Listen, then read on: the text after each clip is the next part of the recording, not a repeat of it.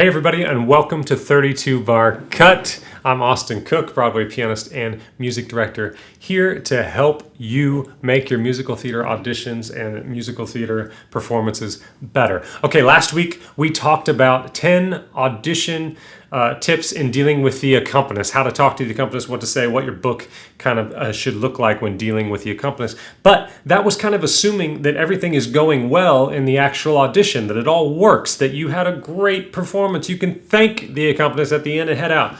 Well, as we all know, we've probably been there, it doesn't always work out that way. Sometimes the accompanist sucks. What is an actor or actress supposed to do when the accompanist isn't good? Well, today we're gonna talk about it. Let's get right into it. Tip number 1, don't make faces. This may seem obvious, but I'm telling you, I played some auditions. Actually, I would like to think that I haven't really played auditions where somebody makes faces, but it's happened before. Sometimes I just messed up. But more often I'll see it like if I'm music directing a show and another accompanist came in last minute who maybe isn't that great, especially for this particular genre of a show that we're doing. And the actor is just suffering up there and they just make faces. And the worst are when the faces are angry or upset and they're just like pissed off. It's not a good look. It's not a good look. You need to show humility and some grace and some mercy in dealing with these accompanists. Don't make faces. You're not going to get the job making faces at the accompanist. Okay, it's a hard job. There has to be some humility in dealing with them. Tip number 1, don't make faces. Okay, so for the rest of these tips, we're going to divide into 2 sections. One, tips to deal with on the day of, what to do in that moment, and the rest of them, what you can do after the audition. So tip number 2, what you want to do is if it's really bad, I mean really bad. So let's say you're doing the song Be a Line from The Wiz, and all of a sudden the accompaniment comes in and it's like bum ba bum bum bum bum bum bum bum bum, and you're like I was just looking for bum bum, you know if it's that bad and you feel like there's just we're on to 2 different planets. At that point you can stop and just very nicely say let me just take 1 second. And then hopefully you remember their name. So their name, Austin. You say, I'm just going to take 1 second with Austin to the casting, just real quick, real nice, real polite. Run over there and just address the problem. So if it was just like, oh, I meant just these chords or these chords, and I think that you're in the wrong key or the wrong thing. I think that there was a miscommunication, probably is a better way to say it, about the key. Try not to use language that's like you're playing it wrong or you're doing this wrong. You don't want to get them on the defensive and then they're going to ruin your audition because they're going to be passive aggressive and mad. Don't want to do that. Just assume that you didn't explain something correctly. Take the blame. Be like, I'm so sorry I didn't explain this correctly. I think that it's in the key of C and it is in 4/4 time and it should be quiet.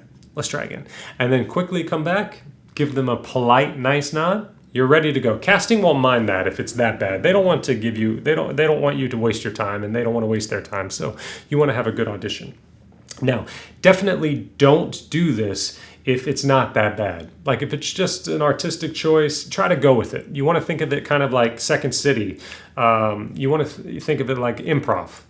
Okay, you want to say yes and. So if the accompanist is doing something a little bit different than you're used to, you want to say yes and. This is how I'm doing it today. It's just slightly different, but we're going to go with it. The only time to stop, like I said, is if it's just impossible. If it's just really, something is just really, really off. Go ahead and stop right at the beginning. Not halfway through, right at the beginning. Go ahead and stop and address the problem. Tip number 3. Don't assume that casting and the director, whoever's behind the table, don't assume that they know that it's a problem. This happens a lot where there's kind of like an assumption that the casting team behind the desk knows the song and they're so familiar with the material that they know everything the accompanist is doing wrong. That doesn't happen very much, surprisingly. And some casting directors aren't very musical. So they may have no idea that something's wrong and they're just watching you, bright-eyed and ready, and you're all of a sudden totally thrown and you can't perform. You don't want to do that. You want to stay in the moment. It may be going well. They may love your look. They may be like so excited that you're about to audition, and you may sabotage yourself by giving in to the mind block of the accompanist. Forget the accompanist. Just do what you rehearsed. If the accompanist is way too fast, just do it at the tempo you rehearsed, and hopefully they'll figure it out. You want to just keep performing in confidence because you never know. They may have no idea that anything is wrong behind the table. It happens a lot, actually, where only the accompanist might know something's wrong, but the casting doesn't, and you don't want to sabotage your shot at this role. Let's talk about tip number 4. I alluded to it already, but you want to keep, if it's a tempo issue, go ahead and keep the tempo that you wanted to do in your mind. It's the accompanist's job to stay with you. So if they aren't, just ignore it. Just continue to go with it. They'll figure it out or they won't. But again, casting may have no idea.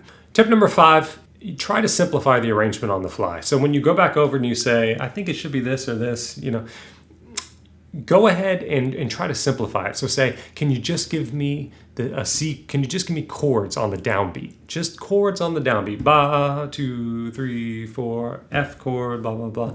I don't need any of the busy 16th note stuff, just basic chords. By doing that, you've kind of assessed that they're not that great, and you can kind of, in a positive way, say, hey, just give me chords. That'll help both of us. That way, you've kind of simplified the arrangement. You're going to nail it. Hopefully, they can nail that much, and then at least you'll put a good audition on tape. All right, tip number 6, not really a tip that you can change anything about, but just something to remember. The accompanist's job is really difficult. It's a difficult job, folks. Basically, you get one shot. You're seeing music in front of you. It may be easy. It may be hard. You may have heard of it. You may never have heard of it. It may be copied weird. Hopefully it isn't, because we've talked about this in previous videos, that it looks good, that it's clear. But maybe there's something in it that you did wrong, or maybe a page was missing. You have to kind of give them the benefit of the doubt. And remember, their job is difficult. They may have been playing for 5 hours of music before this. It's hard, so just try to be a good human being, be a little bit empathetic, and don't be so hard on the accompanist. Okay, tip number 7 kind of goes with that, but don't blame the accompanist, blame yourself. I know it's hard to hear, but there may be a reason that the accompanist didn't do the side like you needed them to do. And ultimately, it may mean that you just picked a hard side. There are times when people have brought me Adam Goodall and expected me to do, and not just the standard stuff. I know the standard Goodall pieces, but like some of the weird, more obscure ones that I never play. And it's very difficult music. Sometimes the timing is weird. Sometimes the voicings are weird. Sometimes just the sheer number of accidentals in the key is just, it's hard to read, again, on the first try, which is what the accompanist has to do. Don't bring in something like that for them. That would mean it's your fault at that point.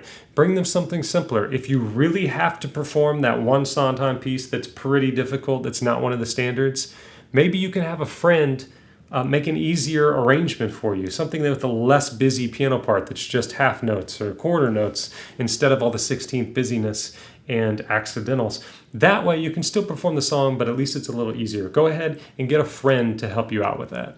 Hey, if you're digging this video so far, go ahead and hit that like button for me. Hit the subscribe button and the notification bell on so that you never miss an episode. Okay, let's get back to it. So this takes me into the final 3 tips, which are things to consider if your audition didn't go great with the accompanist. The first one of those 3, which is tip number 8, is to consider removing the side. Get that side out of there. You don't need it. If it's going to be a problem, if more than one accompanist has had trouble with it, it's not serving you well, find a different song that does about the same thing for your voice or for the acting beats. Tip number 9, consider cleaning up the score. Maybe the reason they messed up is because the cut wasn't clear, or maybe you had a bunch of scribbles and were trying to do the cut and you should have just photocopied a brand new clean version, which made it very simple. Or you should have gotten into Finale or Sibelius and made a clean arrangement with the cut exactly how you wanted it, and maybe put it up half a step so it's not in F sharp major anymore, now it's in G. And that'll just give you a better shot at having the accompanist nail it on the first try. I already alluded to it, but the last tip is to consider getting a simpler arrangement of the song. Go on Music Notes, Sheet Music Plus, hire a friend, a music director friend to re-transcribe it for you. Get an easier arrangement of the song so that the accompanist has the option. So for instance, if say I'm in the room, then when you give me a Sondheim, I'm gonna want to play Marry Me a Little as it is in the score, with all the eighth notes and the moving parts, because I'm familiar with it. It's what I do. I know the song. So I'm not gonna wanna play a weird half note version of the song. I wanna play the song like it's supposed to be. I would have more trouble reading a simpler, weird arrangement than I would say, where's the original? So you wanna have the original. But say the audition accompanist is someone maybe that you've never heard of or that you don't know, or it's someone you've had trouble with in the past. It might be a perfect time to bring out the alternate arrangement. So now in your book you say, oh, okay, such and such is playing the piano. I've got a simpler version so that they can nail it. And it's just a little bit simpler and you've kind of planned ahead. Ultimately, for all these tips, and all of these series on audition advice that we give, especially on auditions, is just about being prepared. It's about thinking through all the permutations of what could happen and how to best set yourself up for success. When it comes to an audition accompanist, it's a very difficult job for them. You want to spoon feed them. You want to make everything clear. You want to make the book not falling apart. You want to make everything marked clearly. You want to have a clean photocopy. You want to make the arrangement easy and accessible. You really want to think through all those details because, again, you get one shot in front of that casting team to make a good impression, and you really want to nail it. Let me know in the comments if you have any questions or if I said something crazy that you disagree with. I want to hear what you think, and I also love to hear stories about your experience with Accompanist, how it went. Maybe I played for you and I ruined your audition. Let me know so I can make it up to you. And hit that like button if you like the video. Definitely subscribe if you haven't already. We're trying to get to 1,000 subscribers this month. And hit the notification bell so you can be notified when we have a new video, which is coming out real soon. All right, y'all. Have great auditions and break a leg.